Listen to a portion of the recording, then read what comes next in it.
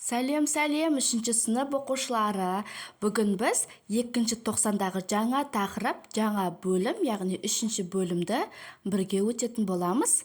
34-ші бетті ашамыз, ол жерде time, яғни уақыт, үшінші бөлім бізде уақытқа байланысты тақырыптармен өтетін боламыз.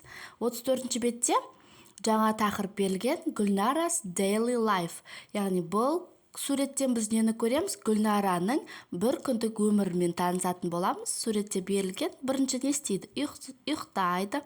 Екінші суретте не көріп тұрмыз? Ұйқысынан тұрады. Үшінші суретте таңғы ас ішеді. Төртінші суретте сабаққа барады. Бесінші сабақтан қайтады. Алтыншы кешкі асын ішеді. Жетінші сабағын оқиды. Және сегізінші демалып теледидар көреді. Енді келесі бетте осыған байланысты тапсырмалар берілген, соны орындайтын боламыз. Бірінші тапсырма Look at the Gulnara's daily routine and the number. Бірінші тапсырмада Гүлнараның бір күндік өмірін қарап отырып, яғни тізімін қарап отырып, біз сандарды дұрыс қойып шығу керекпіз. Мына жерде жаңа сөздер берілген. Мен сөздерді оқып, қазір қасына сәйкестендіріп қойып шығатын боламыз. A. Get up. Қайталаймыз. Get up. Ұйқысынан тұру. Екінші B. Have dinner. Have dinner. Кешкі ас ішу. C. Go to school. Go to school. Мектепке бару. D. Come home from school. Come home from school. Мектептен қайту. E. Watch TV. Watch TV. Теледидар көру. F. Have breakfast. Таңғы ас ішу. G. Go to bed. Кешкі ұйқыға жату. H. Do my homework. Үй жұмысын орындау. Енді осыны біз суретке қарап отырып, сандарды қойып шығу керекпіз. Мен сандарды қойып шықтым. Қараймыз. Have dinner бізде кешкі ас ішу. Алтыншы 6, яғни 6. Go to school. Мектепке бару. 4. Come home from school. Мектептен қайту бізде 5. Watch TV. Теледидар көру бізде 8. Have breakfast. Таңғы ас ішу бізде 3. Go to bed. Ұйқыға жату бізде 1. Және do my homework. Үй жұмысын орындау бізде 7. Сандарды қойып шықтым. Енді келесі тапсырмаға өтеміз. Бізде келесі тапсырма 2. 2. Look, read and say yes or no. Балдырымна жерде 10 санға дейін жазылған. Және әр сан сағаттың ішінде тұр, яғни 10 сағат тұр. 1, 2, 3, 4, 5, 6, 7, 8, 9, 10. Және әр түрлі түстер тұр.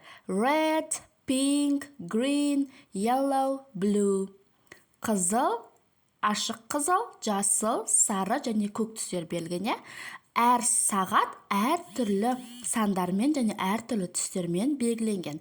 Енді мен мына жерде 5 сөйлем беріліп тұр. Сол 5 сөйлемді оқып, егер ол шындық болса, қасына yes деп жазып қоямыз. Жоқ, жалған болса, онда no деп жазып қоямыз. Мен жазып кеттім, соған қарап орындаймыз. Біріншісінде The first and the ninth clocks are blue. First, бірінші және 9-шы сағаттар көкпен белгіленген дейді. Дұрыс па, бұрыс па? Yes or no? No, дұрыс емес. Келесі. The fifth and the 10th clocks are yellow. Fifth, 5-ші және 10-ші сағаттар сарымен белгіленген. Дұрыс, yes дейміз. Үшінші. The second and the 6th clocks are green. Бұл сөйлем дұрыс па, бұрыс па? Яғни 2-ші және 6-ші сағаттар жасыл.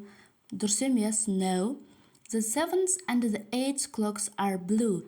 7-ші және 8-ші сағаттар көк. Дұрыс, yes. The 3rd and the 4th clocks are orange. 3-ші және 4-ші сағаттар ашық қызғылт. Дұрыс емес, no. Ал келесі 3-ші тапсырмамыз бізде talk with your friend, досыңмен сөйлес. Яғни біз өзіміз сөйлем құрастыру керекпіз. Мына кілттік сөздерді қолданып отырып, сөйлем құрастырамыз. Бірінші қорапшаның ішінде бізде preposition, яғни демеуліктер берілген. Соларды қолданып, астындағы жаңа сөздермен сөйлем құраймыз. In front of деген алдында дегенді білдіреді. Between арасында дегенді білдіреді.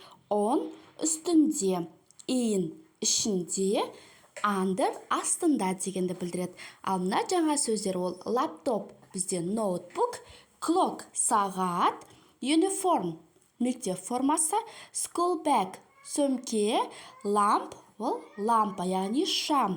Енді сұрақтар қоямыз. Бірінші мысал берілген. Where is the laptop? Ноутбук қай жерде орналасқан?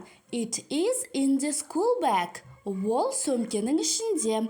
Енді келесі сұрақ. Where is the clock? Сағат қай жерде? It is on the table. Үстелдің үстінде. Келесі. Where is the uniform? Мектеп формасы қайда? It is on the bed. Ол кровать, яғни жатын кроваттың үстінде. Келесі. Where is the school bag? Сөмке қай жерде? It is under the chair. Ол under the desk, яғни партаның астында. Келесі. Where is the lamp? Лампа қай жерде, шам? It is on the desk, яғни партаның үстінде. Осылай сұрақ жауап қылып жазып аламыз. Оқушылар, сабақтың жалғасын күтетін болсаңыздар және канал пайдалы болса, каналға тіркеліп, астына комментарияға жазып кетіңіздер.